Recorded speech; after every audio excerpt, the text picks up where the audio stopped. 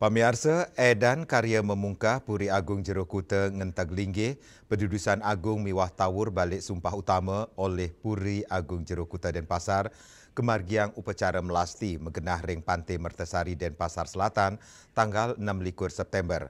Melasti puniki sepisanan ngemet Tirta Kamandalu ring tengahing segara.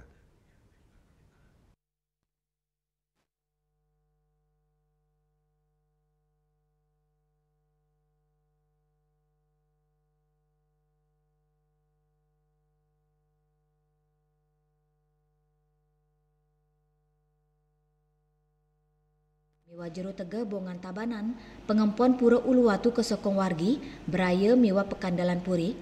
Tios punika, tedun tetiga banjar, inggi punika panti gede, belong gede miwa balun.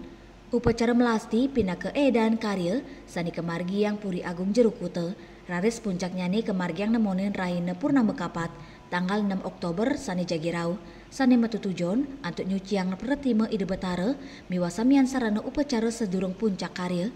Manggala prawarta kekarya I Gusti Ngurah Bagus Manu Raditya Mawasan, upacara inucap nganggen undagan catur lebah, melarapan ngaturang pekelem merupa kambing hitam, angse, bebek, miwa ayam, sepisanan ngemet Tirta Kamandalu ring tengahin segara. Dados ne semuanya ni pemelastian iki nggih dike penuhur Tirta Suci Kamandalu ring terangin segara.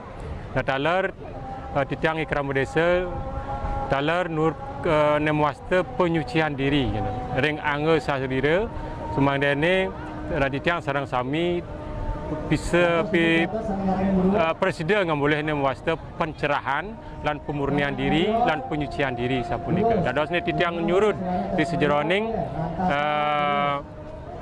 napi wastane rikala girik pemelastian di betara nah titiang ikramu desa taran nyurut di serone pesucian niki sapunika. Nah kita kamal lalu nika pinaka talar pemuput karya yanyi sekretariat Padudusan Agung Menawaratna niki.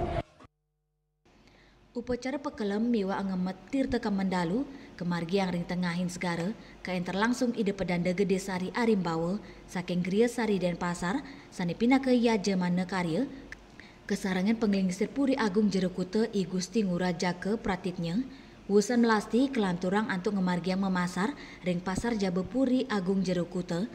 Indrawan Bali TV.